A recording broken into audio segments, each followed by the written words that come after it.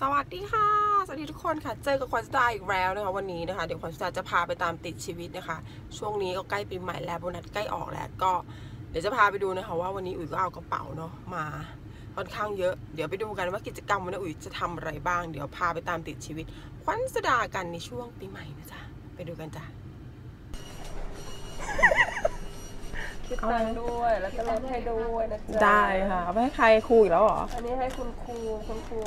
องป้องคุณครูของป้านอ๋อเหมือนเดิมได้แล้วหนูมาไปกิ้ง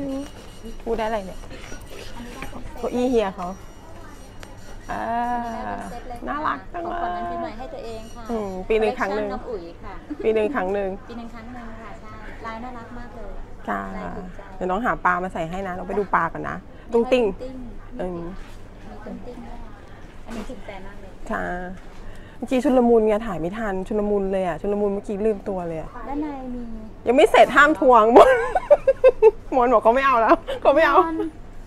มอนห้ามทวงทุกคนจะเป็นคำพูดในการอุ้ยน่ารักมอนห้ามทวงพี่ยังไม่เสร็จ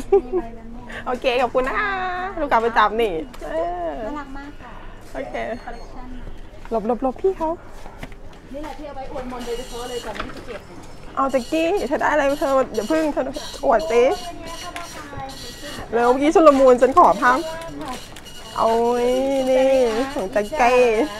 ของแจ็กกี้ปีหนึ่งนางให้รางวัลตัวเองนะ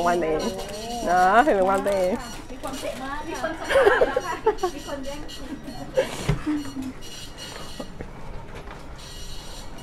แนน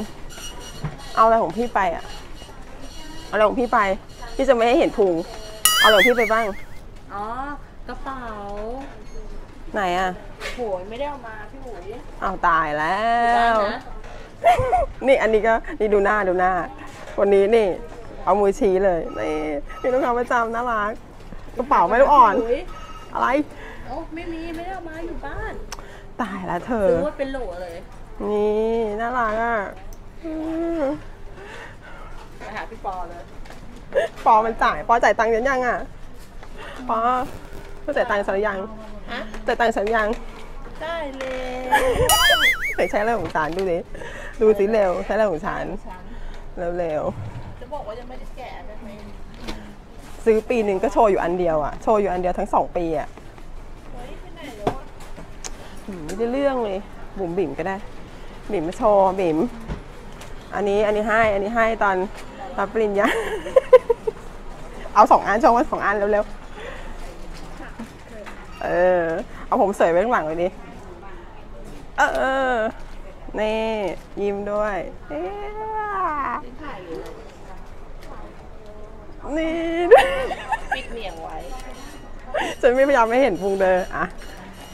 น่ารักอ่ะ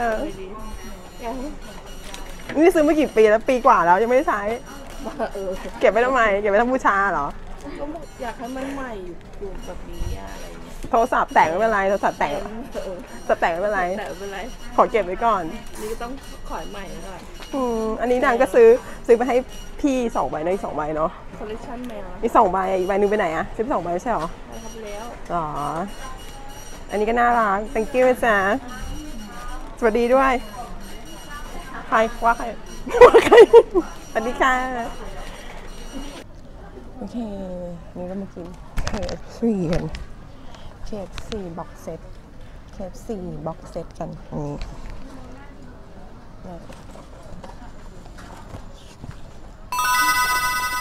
่กันนะจ๊ะมีอะไรบ้างบ็อกเซตเจ็บใจวันนั้นไม่ได้กินชุดเบอร์เกอร์กินกันเลยดีกว่าซอส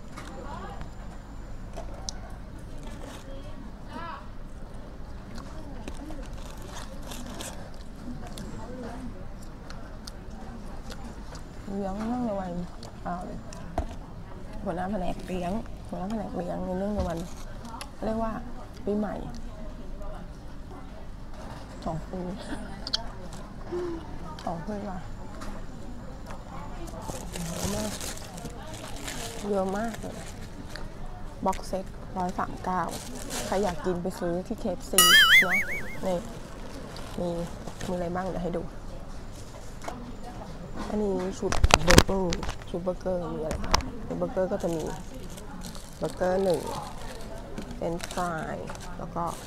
ไก่ใหญ่1แล้วก็กินแซ่บ2ตัวนี้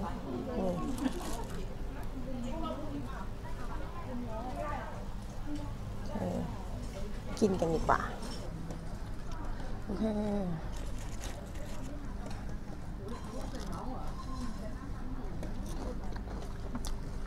ปัวนี่แบบปัว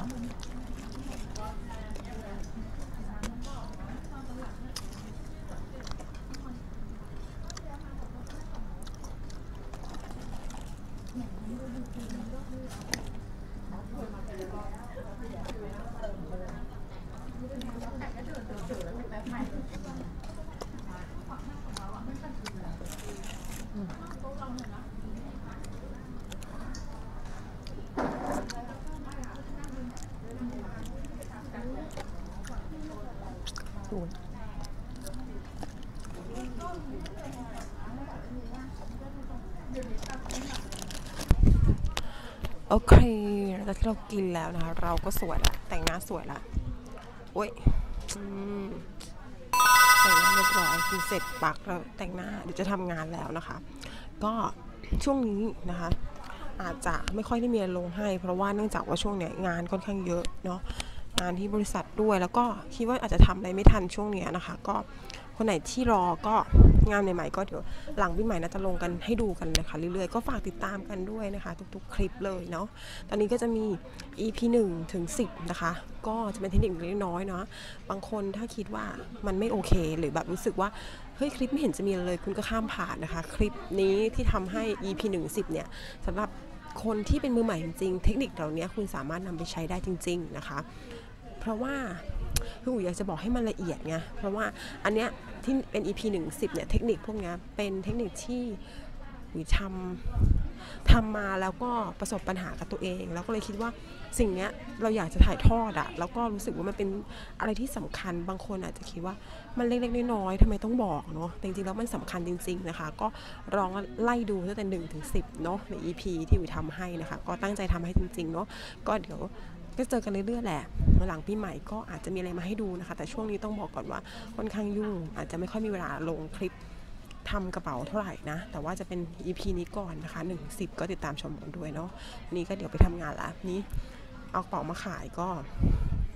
ขายได้ไปเยอะอยู่เหมือนกันเนาะโอเควันนี้ก็ไปละค่ะพบกันใหม่คลิปหน้าเนาะสวัสดีค่ะไปแล้วทำงานก่อนเดี๋ยวไล่ออก